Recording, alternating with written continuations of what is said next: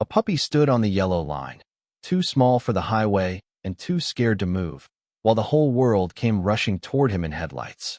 It was 5:42 on a gray Tennessee evening, the kind of hour when daylight thins but the road stays busy, when commuters lean forward over steering wheels and rain turns every lane into a ribbon of silver.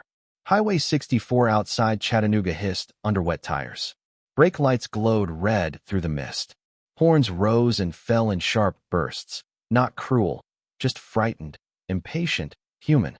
In the middle of it all stood a German shepherd puppy, no more than 8 weeks old, with soft sable fur darkened by drizzle and paws planted on the double yellow line, as if the painted stripe were the only solid thing left in the world. He did not run. He did not understand where safety was. Every time a car slowed, the wind of it made him flinch lower, ears folding, little body trembling so hard he seemed to blur against the wet road.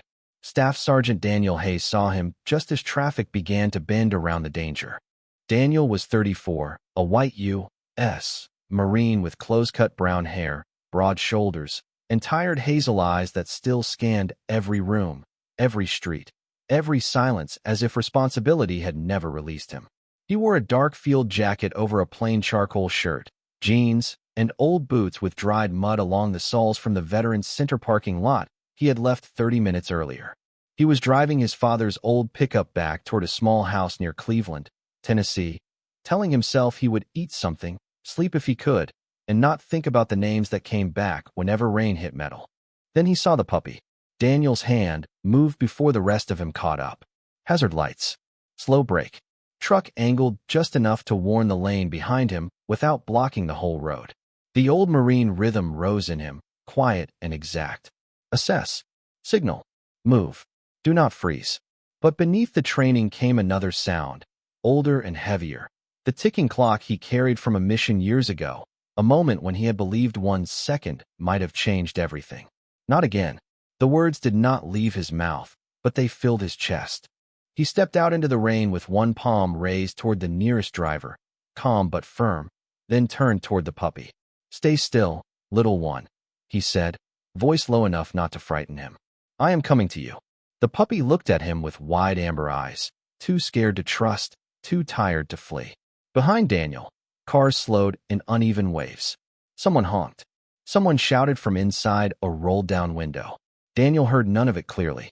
He saw only the small body on the yellow line and the headlights beyond it, softened by rain, but still moving closer.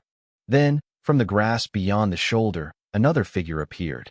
A full-grown German shepherd mother stepped out from the brush, sable black and tan, lean, soaked, and silent. Her amber eyes locked first on the puppy, then on Daniel.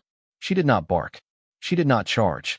She stood beside the guardrail with her chest heaving, as if she had been running along the ditch, trying to find a way through the steel and noise. Daniel glanced at her once, then back to the puppy. "I see him," he whispered, though he did not know if he was speaking to the dog, to himself, or to the God he had not addressed in years. The mother took one step forward, then stopped, trusting him with the space she could not cross. Daniel crouched, slow as dusk, and opened both hands. The puppy trembled, leaned away, then slipped on the wet paint. That tiny stumble decided everything. Daniel moved in, gathered the puppy against his chest, and felt the fragile thunder of a living heart beneath his jacket. For one breath, the highway seemed to hold still. Daniel held the puppy close beneath the open flap of his field jacket, shielding the little body from the rain and the wind rolling off the passing cars. The pup's heart beat fast against his palm, a tiny drum that made the whole highway feel suddenly personal. "I have got you," Daniel whispered, turning carefully toward his truck. But before he could take 2 steps, the mother German shepherd moved. She crossed from the shoulder into the lane behind him and planted herself squarely between Daniel and the line of slowing vehicles. Not wild, not threatening, just steady. Her paws stood wide on the wet pavement, her soaked sable coat shining under headlights, her ears high, her eyes fixed on the cars as if she understood exactly what danger meant and had chosen to meet it without asking permission. A sedan rolled to a full stop. Then another. Brake lights stacked behind her like red lanterns in the mist. Someone leaned on a horn, then stopped. A pickup driver lowered his window halfway, ready to complain, but the words never came. Because there was Daniel, a Marine standing in the rain with a trembling puppy against his chest, and behind him a mother dog holding back traffic with nothing but her body and her will. The road grew quiet in a way highways almost never do. Daniel looked over his shoulder and saw her there. For a second, he forgot the cold. He forgot the noise. He forgot the old voice in his head that always told him he should have turned back faster, should have seen sooner, should have done more. Ruby did not know any of that. She only knew her pup was in his arms, and the road behind him still needed guarding. "You are blocking for me," he said softly, almost in disbelief. The mother did not look at him. She kept watching the cars. Then a long white freight truck slowed near the front of the line, air brakes breathing out in a low hiss. The driver, an older man with a gray beard and a worn ball cap, leaned forward over the wheel. At first his face was tight with frustration. Then his eyes moved from Ruby to Daniel to the puppy. Something changed. He put the truck in park, stepped down into the rain, and raised both hands toward the cars behind him. "Everybody hold up," he called. "Give them room." His voice carried more authority than anger. He angled his truck slightly across the lane, hazard lights flashing orange through the rain, creating a wall of safety where seconds earlier there had only been risk. Daniel nodded once. "Thank you." The driver looked at the pup tucked under Daniel's jacket. "That little one yours?" Daniel glanced at Ruby. "Hers." The man's expression softened. "Then let us not make her ask twice." Daniel backed toward the shoulder, slow and careful, keeping the puppy close. Ruby remained in place until Daniel reached the guardrail. Only then did she turn. She moved toward him with quick, anxious steps, nose lifting toward the bundle in his arms. Daniel crouched low and opened his jacket just enough for her to see. The puppy stirred, let out a tiny sound, and pushed blindly toward her scent. Ruby touched him with her nose, gentle as rain on grass. The moment should have ended there. Mother and puppy together. Car stopped. Rescue done. But Ruby did not relax. Her eyes lifted past Daniel, toward the ditch beyond the guardrail. She whined once, short and urgent, then stepped away from the puppy and looked back. Daniel followed her gaze. Beyond the wet grass, half hidden under a line of brush, sat a collapsed cardboard box. It was dark with rain, tucked in the shallow ditch where runoff gathered beside the road. Ruby took one step toward it, then looked back at Daniel again. The freight driver saw it too. "There are more, are there not?" he said quietly. Daniel felt the puppy breathe against his chest, warm now, but still shaking. He looked at Ruby, at the box, at the stopped traffic waiting in the rain. The whole road seemed to hold its breath. Daniel stood, tightened his jacket around the rescued pup, and climbed over the guardrail. "Show me," he said. Daniel climbed over the guardrail with one arm wrapped around the puppy and the other reaching for balance along the rain-slick metal. The ditch below was shallow but muddy, thick with weeds and roadside runoff. Ruby moved ahead of him, not running, not wasting strength, just turning every few steps to make sure he followed. Behind them, the highway stayed strangely still. The freight truck's hazard lights blinked in steady orange pulses. Brake lights glowed through mist. Drivers who had been impatient minutes earlier now sat quiet in their cars, watching a mother dog lead a Marine into the grass. The cardboard box was tucked beneath a tangle of brush about 20 feet from the shoulder. Its sides had softened in the rain, sagging inward like tired hands. Daniel crouched beside it, careful not to let the puppy in his jacket slip from warmth. Ruby pushed her nose toward the opening and gave a small sound that made Daniel's chest tighten before he even looked inside. Two more puppies lay curled together on a strip of damp towel. One lifted its head weakly, a soft sable face with closed eyes and trembling whiskers. The other barely moved, tucked against the corner where the cardboard had folded around it. Daniel set his jaw, but his voice stayed gentle. "I see them." He shifted the rescued puppy higher against his chest and reached into the box with his free hand. The first pup fit into his palm, cold and light, but alive. He placed it inside his jacket beside its brother, letting the two small bodies share heat. The second pup was smaller, so still for one breath that the rain seemed to grow louder around them. Ruby leaned in, her wet nose touching the tiny back, then lifted her eyes to Daniel as if handing him all the faith she had left. Daniel felt that look go straight through him. It was the same look he had spent years trying not to remember from another place, another storm of noise, Another person waiting for him to do the impossible. His hand paused only a second. Then the old Marine in him returned, not hard, not loud, but steady. "Come on, little one," he whispered. "Your family is right here." He cupped the smallest puppy and brought it against his shirt, covering all three beneath the field jacket while Ruby pressed close to his side. Warmth gathered slowly. Fragile, uncertain, real. The freight driver appeared at the top of the ditch, one hand gripping the guardrail. "Need help?" he called. "Call the county sheriff," Daniel said, "and find the nearest vet." The driver nodded and pulled out his phone.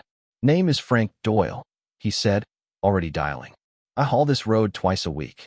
Never seen anything like her." Daniel looked at Ruby. She was standing in the ditch now, soaked and thin, but her head was high. Her work was not done until every small body was close enough to breathe. A few minutes later, the first patrol lights shimmered in the distance, blue through the rain.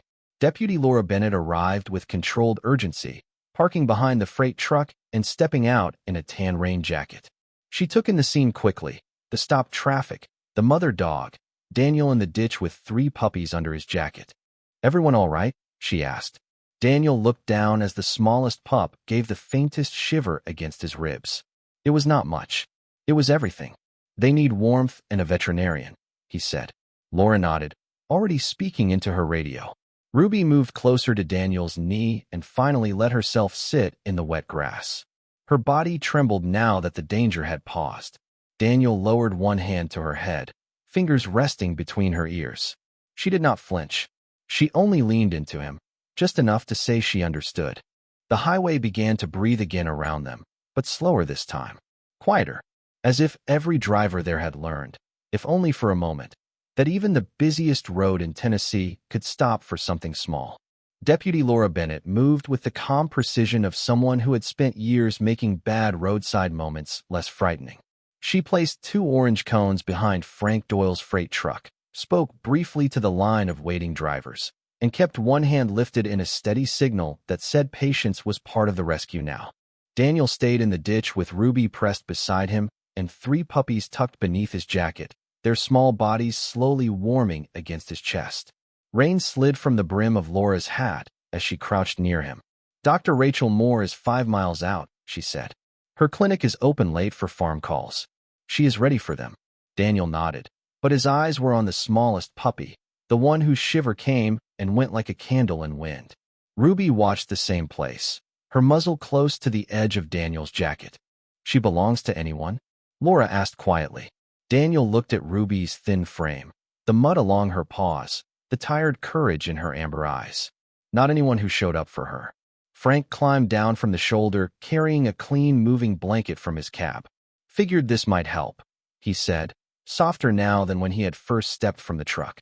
Daniel accepted it with a nod, and together they wrapped the puppies without separating them from the warmth. Ruby sniffed the blanket, then allowed it, as if she understood that help could come from more than one pair of hands. When Dr. Moore's white veterinary van pulled onto the shoulder, the rain had become a fine mist. The doctor stepped out with a medical bag and a folded carrier, her auburn hair tucked under a hood, her face focused but kind. She examined Ruby first from a respectful distance, offering the back of her hand. Ruby sniffed once, then looked to Daniel before relaxing. That small glance said more than any command. Daniel had been chosen as the bridge. Dr. Moore checked the puppies quickly, warming her hands before touching each one. "Cold, hungry, scared," she said. "But there is hope here." She paused over the smallest puppy, listening, waiting, then gave a slow nod. "This one needs heat right away, but he is still with us." Daniel released a breath he had not known he was holding. Laura opened the back of the veterinary van, where soft towels and heated pads waited. Daniel climbed carefully from the ditch, one step at a time, guarding the bundle against his chest. Ruby followed, so close her shoulder brushed his leg. The traffic began to move under Laura's direction, one lane at a time, each car passing slower than usual. Some drivers looked away, embarrassed by their earlier impatience. Others watched Ruby with quiet wonder. Frank remained parked until the last puppy was settled in the carrier. "Marine," he said, clearing his throat. "I was the one honking back there." Daniel looked at him. Frank's eyes dropped to Ruby. "I am sorry. Daniel did not make him carry the shame longer than needed. You stopped when it mattered. Frank nodded, and something in his face loosened. Inside the van, Ruby stepped in beside the carrier, lowered herself carefully, and curled around the puppies as much as the space allowed. The rescued puppy, still damp and dazed, pushed toward her chest. The smallest one was wrapped closest to the heat pad, barely moving, but there. Daniel stood at the open doors, rain darkening his jacket, watching the mother count each pup with her nose. Dr. Moore glanced at him. You can ride with us if you want. Daniel should have said no. He had a truck on the shoulder, a house waiting, a life carefully built around not needing to stay. But Ruby lifted her eyes to him, and the puppy he had first carried gave one thin sound from beneath the towel. Daniel heard another voice beneath it, one from years ago, asking him to come back. This time, the answer came without hesitation. He handed his keys to Deputy Bennett. Could you have someone move my truck to the clinic? Laura smiled faintly. I will take care of it. Daniel climbed into the back of the van and sat on the floor beside Ruby.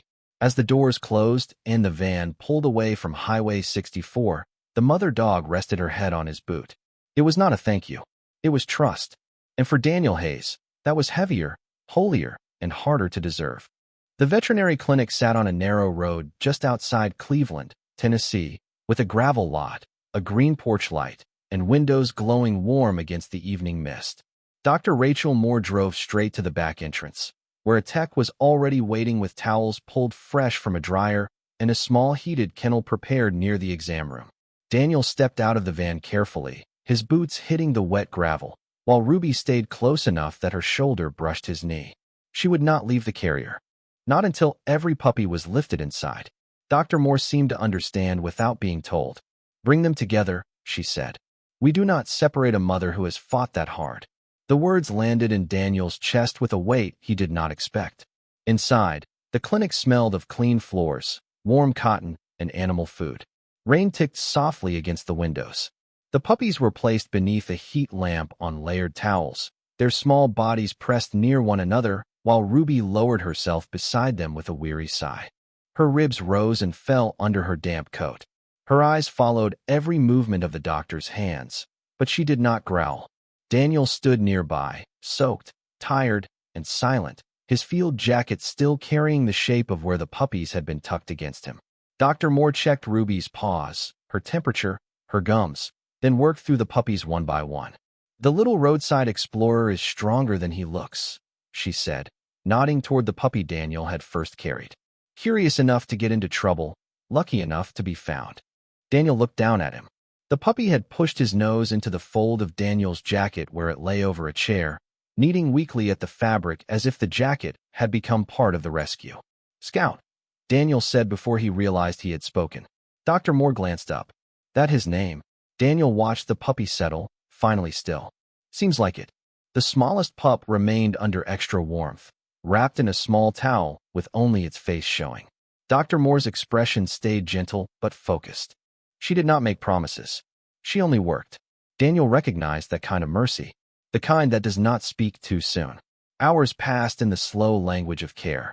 Warm fluids, tiny feedings, soft checks under the light. Ruby drank water, then rested her head on Daniel's boot, too exhausted to keep standing, but too devoted to sleep deeply. Deputy Bennett arrived with his truck keys and a paper bag from a diner. Frank Doyle came too, carrying a box of clean blankets he said he had found in his cab, but had clearly bought from the store down the street. Nobody made a speech. Nobody needed one. They stood in that small clinic while the storm faded outside and watched 3 puppies breathe. Near midnight, the smallest one stirred. A tiny movement, almost hidden beneath the towel. Ruby lifted her head instantly. Daniel leaned forward. Dr. Moore placed 2 fingers near the pup's chest, waited, then smiled so softly it looked like dawn arriving early. There he is, she whispered. Daniel turned away for half a second, not because he was ashamed, but because relief had found a place in him he thought had closed. Ruby pushed herself up and touched the smallest puppy with her nose, then looked at Daniel as if this moment belonged to him too. He sat down beside her on the clinic floor, back against the wall, the smell of rain still in his clothes. Scout crawled clumsily over the edge of the towel and fell asleep against Daniel's field jacket. The smallest pup breathed under the lamp. Ruby rested her head once more on his boot. And in the quiet, Daniel finally said the sentence he had carried for years. I should have gone back. No one answered right away. Dr. Moore lowered her eyes with respect. Deputy Bennett stood still near the doorway. Frank looked at the floor. Ruby only pressed closer, warm and alive. Then Laura said softly, "You did today." Daniel closed his eyes.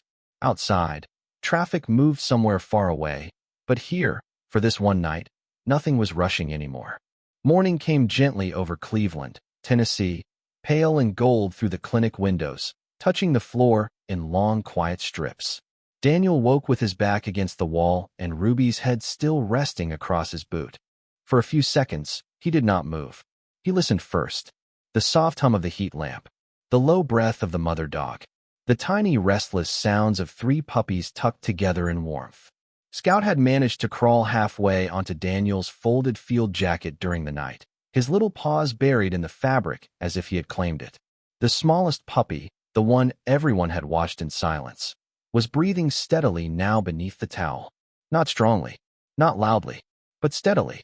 That was enough to make the room feel holy. Dr. Moore entered carrying 2 paper cups of coffee and a clipboard against her chest. Her eyes were tired, but there was a smile waiting behind them.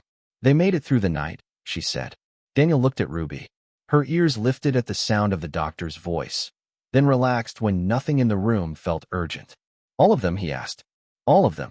Daniel took the coffee with both hands, as if warmth could be received the same way forgiveness could, slowly and without making too much noise. Deputy Bennett came in a little later with a folded county report and a small update from Highway 64. Someone had called about a dumped cardboard box near the shoulder earlier that afternoon, but by the time a road crew checked, the dogs were hidden in the brush. No one knew who had left them there. Maybe no one ever would. Daniel expected anger to rise in him, but what came instead was a tired sorrow. Ruby had not waited for justice before acting. She had done the only thing love knows how to do. She had kept moving toward the ones who needed her. By noon, word of the rescue had reached half the town. People left towels at the clinic door. A woman from the bakery brought chicken broth for Ruby. Frank Doyle returned after his morning route with a clean dog bed, so large it barely fit through the hallway. He set it down near the kennel and rubbed the back of his neck. Figured a lady who stopped traffic ought to rest in comfort. Ruby sniffed the bed, then looked at Daniel. He nodded once, and only then did she step onto it, circling carefully before lying down where she could still see every puppy. Frank watched her and shook his head softly. She knew what she was doing out there. Daniel's gaze stayed on Ruby. She knew before any of us did. Later that afternoon, Dr. Moore asked what should happen next. The puppies would need weeks of care.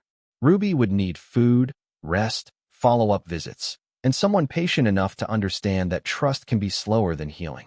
Daniel looked out the clinic window toward the parking lot, where his father's old pickup sat drying in the sun. He had planned to fix the house, sell it, and leave Tennessee before the past found him unpacking boxes. But in the kennel, Scout stirred, lifted his round head, and wobbled toward Daniel's jacket again. Ruby watched him watching her son.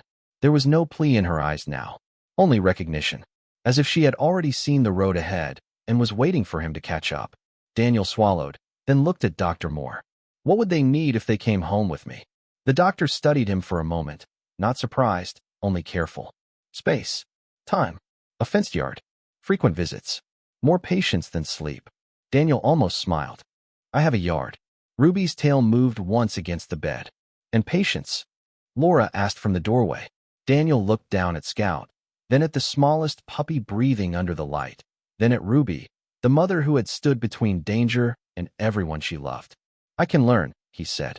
Daniel brought Ruby and the puppies home 4 days later, when Dr. Moore finally said their breathing was steady, their bodies were warming well, and Ruby was strong enough for a quiet house. The old place near Cleveland sat back from the road behind a split-rail fence and 2 maple trees just beginning to turn green. It had belonged to Daniel's father, a practical man who fixed tractors, drank black coffee, and believed every gate should close properly. Daniel had planned to repair the porch, clear the garage, and sell the house before summer. Instead, he spent the morning carrying in clean blankets, puppy pads, a bag of food, a borrowed heat lamp, and the large dog bed Frank had insisted Ruby deserved. The kitchen smelled of pine cleaner, coffee, and the faint dust of a home waiting to be chosen again. Ruby stepped through the back door slowly, Scout wobbling in a small crate behind her with his two brothers tucked close. She paused on the threshold, ears high, eyes moving across the room. Daniel did not rush her. "Take your time," he said. "Nobody is pushing today." Ruby sniffed the table legs, the corner by the stove, the rug near the sink, then walked to the laundry room Daniel had prepared. Sunlight fell across the blankets in a warm square. The puppies made small, sleepy sounds as Daniel placed them beside her. Ruby circled once, lowered herself carefully, and let all three press against her. Only then did she rest her chin on her paws. For the next 2 weeks, life became smaller and more meaningful than Daniel expected. He measured hours by feedings, towel changes, checkup calls, and the way Ruby's breathing deepened when the house stayed quiet. Scout grew bold first, crawling over Daniel's boot whenever he sat on the laundry room floor. The second puppy, whom Dr. Moore started calling Tucker, had a habit of sleeping upside down with one paw in the air. The smallest one, named Micah by Deputy Bennett after a grandfather who never gave up on anything, remained quiet but steady, gaining ounces like each one was a medal earned in secret. Frank came by with fencing supplies and pretended he had just been in the neighborhood, though his freight route ran nowhere near Daniel's road. Laura brought paperwork and left with a puppy asleep against her uniform sleeve. Dr. Moore visited every other evening, checking Ruby with gentle hands and never once acting surprised when Daniel asked too many questions. Little by little, the house changed. The duffel bag stayed in the closet instead of by the door. The sail forms disappeared beneath a stack of puppy towels. The porch light came on every evening, not because Daniel expected anyone, but because Ruby liked to sit where she could see the driveway. One night, after the puppies had fallen asleep and the Tennessee air smelled of cut grass and distant rain, Daniel sat on the back steps with Ruby beside him. Traffic hummed faintly from the highway miles away. Ruby lifted her head at the sound, then relaxed when Daniel rested a hand between her ears. "You stopped the road for them," he said softly. Ruby leaned against his knee. Daniel looked out toward the dark line of the fence and understood that she had done more than that. She had stopped him too, right before he drove past the life he was supposed to find. By the 4th week, the puppies had become small weather systems moving through Daniel's house, each one bringing noise, warmth, and a kind of trouble that made the rooms feel alive. Scout was the boldest, always first to tumble over the laundry room gate, first to tug at Daniel's shoelaces, first to bark at the broom like it had insulted the family.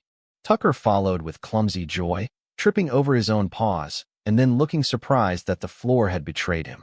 Micah, the smallest, took his time with everything. He ate slowly, walked slowly, studied Daniel's face before trusting a new sound. Ruby watched them all from the kitchen rug, stronger now, her sable coat brushed clean, her amber eyes softer but still wise. She no longer flinched at passing trucks on the county road. She no longer stood every time a car slowed near the fence. But when the puppies wandered too close to the porch steps, she rose at once, silent and certain, guiding them back with a gentle nose. Daniel saw in her a patience he had never been taught. Not the kind that waits because it has no choice, but the kind that protects without panic. One Saturday morning, Frank arrived with a bag of dog food, a toolbox, and a question he tried to make sound casual. "Been thinking," he said, leaning against the fence while Scout chewed happily on his bootlace. "If that bigger pup needs a place someday, my house has a fenced yard. My wife has already bought a bed, which means I have apparently lost the argument." Daniel looked at Tucker, who was sitting in the grass with a leaf stuck to his head. Something tightened in him, then eased. Love, he was learning, did not always mean keeping every living thing under one roof. Sometimes it meant knowing where each one would be safe. Deputy Bennett came by that afternoon with the same careful hope in her eyes when Micah crawled into her lap and fell asleep against her sleeve. She did not ask directly. She only stroked the puppy's back with one finger and said, "My place is quiet. He might like quiet." Ruby watched both visits from the shade of the maple tree. She did not seem anxious. She seemed to be listening. That evening, Dr. Moore checked the puppies and smiled at their progress. "They are ready to start meeting the world," she said. Daniel glanced at Ruby. "Feels like the world already met them on a highway." Dr. Moore's smile turned gentle. "Then maybe this time, the world can meet them more kindly." The next day, Daniel drove back to the stretch of Highway 64 where everything had changed. Ruby rode beside him in the passenger seat, calm but alert, while Scout slept in a crate behind them. He pulled onto the shoulder near the place where the cardboard box had been found. The grass had grown back. Rain had washed the ditch clean. Cars passed in steady lines, some fast, some slower, all unaware that a small family had once waited there for mercy. Daniel stood by the guardrail with Ruby at his side and listened to the road. For years, that sound had meant distance. Leaving, not looking back. Now it sounded like a reminder. He opened the truck bed and lifted out a small wooden sign he had made the night before, painted white with dark blue letters. Go slow. Someone small may need you. He set it against the fence post near the entrance to his driveway later that afternoon, not on the highway, not as a command to strangers, but as a promise to himself. Ruby sat beside him while he hammered it into place. Scout barked once from the porch, proud of something he could not understand. Daniel stepped back, wiped dust from his hands, and looked at the words. They were simple, almost too simple, but they told the truth. The world had been moving fast. Ruby had made it stop, and Daniel, who had spent so long believing he was always 1 second too late, was beginning to understand that grace sometimes arrives in the very second you choose to slow down.